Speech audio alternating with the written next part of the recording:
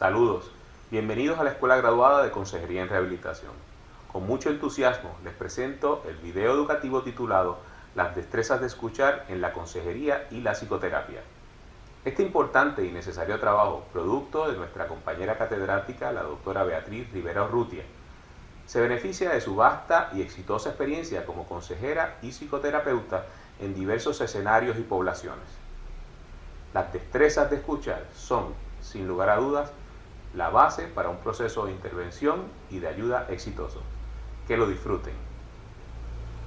Agradezco mucho las palabras del doctor Roberto Frontera Benvenuti, director de la escuela. Gracias. El propósito de la grabación es describir, demostrar y reflexionar sobre las destrezas básicas de entrevista denominadas destrezas de escuchar. Las mismas son importantes en cualquier proceso de entrevista, particularmente en el proceso de consejería o psicoterapia y en las entrevistas realizadas con el propósito de hacer un diagnóstico clínico. Durante la grabación, al referirnos al profesional de ayuda, al entrevistador o entrevistado, lo haremos de forma general, sin implicar un género particular. Podríamos preguntarnos la razón para incluir las destrezas de escuchar.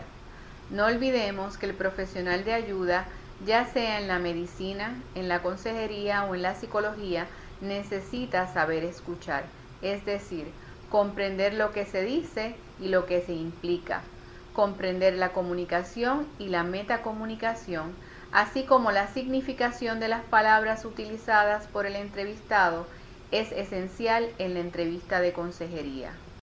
En este trabajo solo vamos a considerar las destrezas básicas de escuchar, propias de la entrevista de ayuda. Vamos a remitirnos a aquellas técnicas que nos permitan captar lo que el entrevistado está comunicando, aquellas que le ayuden a sentirse escuchado, comprendido y respetado. Como cada participante es único y particular, cada intervención es también particular para el entrevistado y debe responder, entre otras cosas, a los valores, experiencias, contexto y visión de mundo del entrevistado o cliente. Así que debemos aprender a escuchar para explorar a profundidad la situación presentada por el cliente.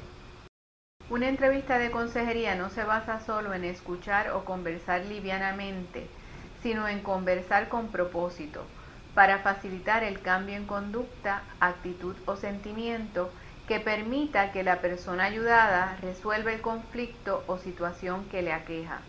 Sabemos que en la comunicación tiene que haber un emisor y un receptor del mensaje, y que la comunicación se logra cuando hay diálogo, es decir, cuando el receptor capta el mensaje enviado de la forma en que el emisor lo envió y con el significado que quiso darle.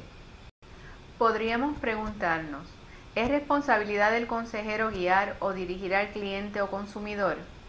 En mi experiencia, la responsabilidad del profesional de ayuda no es imponerse, dirigir o guiar al entrevistado, sino más bien es facilitar el proceso terapéutico y acompañarlo en el proceso de reflexión y análisis para que sea el entrevistado mismo quien pueda decidir lo que debe hacer para solucionar su problema. Son limitadísimas las ocasiones en que el profesional se ve en la necesidad de decidir por el entrevistado, por ejemplo, situaciones de crisis o ante una psicosis aguda e incapacitante.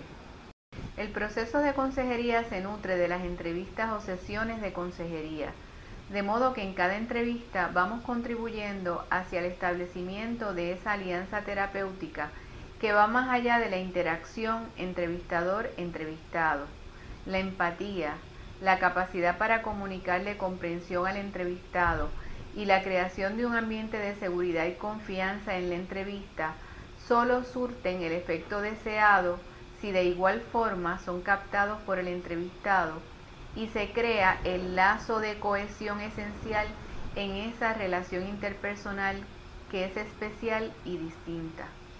El proceso de consejería o psicoterapia ha sido científicamente analizado en la literatura profesional desde hace alrededor de 5 décadas.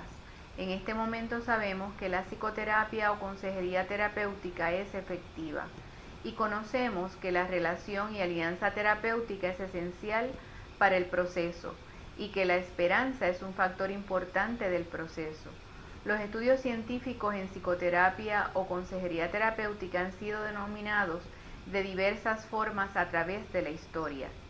Se han denominado como estudios de resultado y de proceso para la década del 70, Process and Outcome Research, tratamientos apoyados por la evidencia empírica, Empirically Supported Treatments, en la década del 80, y práctica basada en la evidencia denominada Evidence-Based Practice en las décadas del 90 y del 2000. Sabemos con certeza que la alianza terapéutica en la consejería o psicoterapia es fundamental para promover el éxito del proceso. Conocemos sobre la efectividad de los modelos de psicoterapia o de consejería existentes para intervenir con problemáticas particulares o poblaciones específicas. Entre las entrevistas que han probado ser científicamente efectivas está la entrevista motivacional. La misma fue inicialmente utilizada en la recuperación del abuso de sustancias e integra las etapas de cambio descritas por Di Clemente y Prochaska para tomar en consideración la motivación hacia el cambio que tiene el entrevistado. La entrevista motivacional ha sido efectiva para promover la recuperación del dependiente a sustancias y para facilitar la adherencia al tratamiento médico, entre otras. En esta grabación no se incluirá la entrevista motivacional, pues no es el objetivo de la misma. Sin embargo, las técnicas aquí demostradas son en su mayoría recursos esenciales en la entrevista motivacional, aunque muchas de ellas se denominen de forma distinta. Al finalizar esta grabación esperamos que el videovidente pueda conocer la forma apropiada de utilizar las 6 técnicas aquí incluidas y practicarlas. Su práctica le permitirá desarrollar o refinar algunas de las destrezas básicas de escuchar, destrezas que son beneficiosas para intervenir, explorar y comunicar comprensión empática en un proceso terapéutico. Para cumplir con el objetivo de la grabación, comenzaremos describiendo las destrezas de escuchar.